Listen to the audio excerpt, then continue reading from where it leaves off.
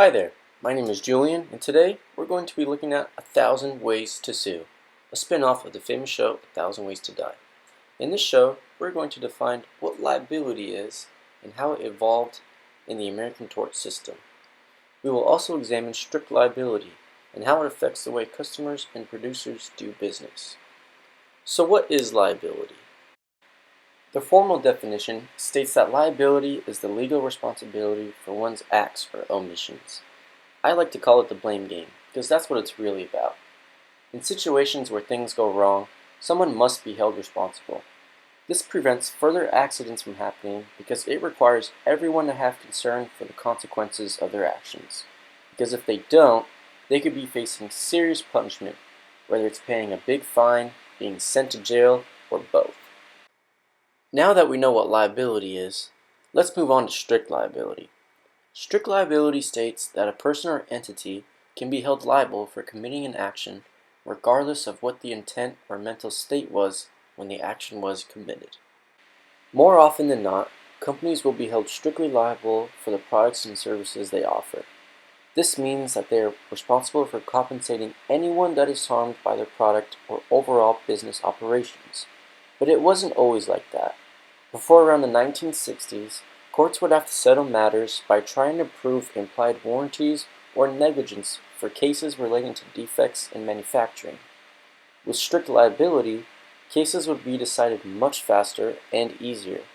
It also prevented the usual brushing aside of the notice requirement, which is, as the court saw it, a moral obligation to warn consumers of all the possible risks associated with purchasing and using their product. Now, consumers could be entitled to compensation for being sold defective products, but only if defects occur in the manufacturing of the product.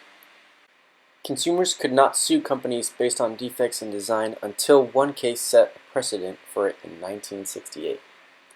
David Larson sued General Motors when the steering column of his 1963 Chevy Corvair thrusted into his head after colliding head-on with another car. He argued that the design and placement of the solid steering shaft, which extends without interruption from a point 2.7 inches in front of the leading surface of the front tires to a position directly in front of the driver, exposes the driver to an unreasonable risk of injury from the rearward displacement of that shaft in the event of a left-of-center head-on collision. The court found validity in this very technical argument, which now meant that it is possible to impose liability on manufacturers based on their design and not just the manufacturing itself. This was a big change in the tort system, and it forced businesses to be more careful about what products they put on the shelves. The following case is another example of how strict liability can be imposed on businesses. Sears lost a $1.2 million judgment to a man who suffered a heart attack which he claimed was caused by a lawnmower rope that was too hard to pull.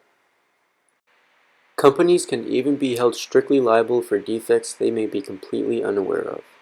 In the 1975 lawsuit between Heymans and Pepsi-Cola, a customer had walked into a convenience store with her children. She was standing near the refrigerators when a 7-Up bottle sitting on the floor next to her exploded. She looked down and saw a large cut in her leg and pieces of debris all over. The bottle seemed to have exploded spontaneously, as no one had touched the bottle to set it off. Before leaving the store, she asked one of her children to clean up the mess, which meant that the evidence had been thrown out with the trash. Even though some of the evidence was gone, the courts were still able to hold Pepsi strictly liable. Here's what the court said. Some circumstantial evidence is very strong, as when you find a trout in the milk.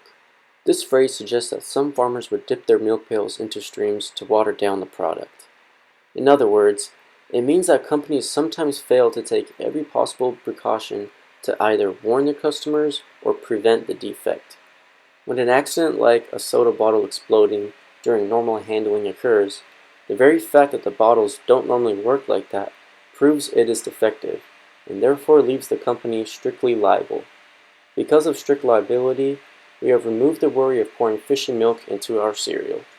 Even more surprising, companies will still be held strictly liable even if consumers' use of the product leads to a defect. This requires the company to always disclaim or warn the customer that defects may result after use. The 2009 Eastman v. Stanley Works case was another strict liability case. A man had been using a framing hammer to drive masonry nails when the claw of the hammer broke off, striking him in the eye. His injuries resulted in permanent disfigurement and vision loss in his left eye. He argued that the hammer was defective because it had a chip in it.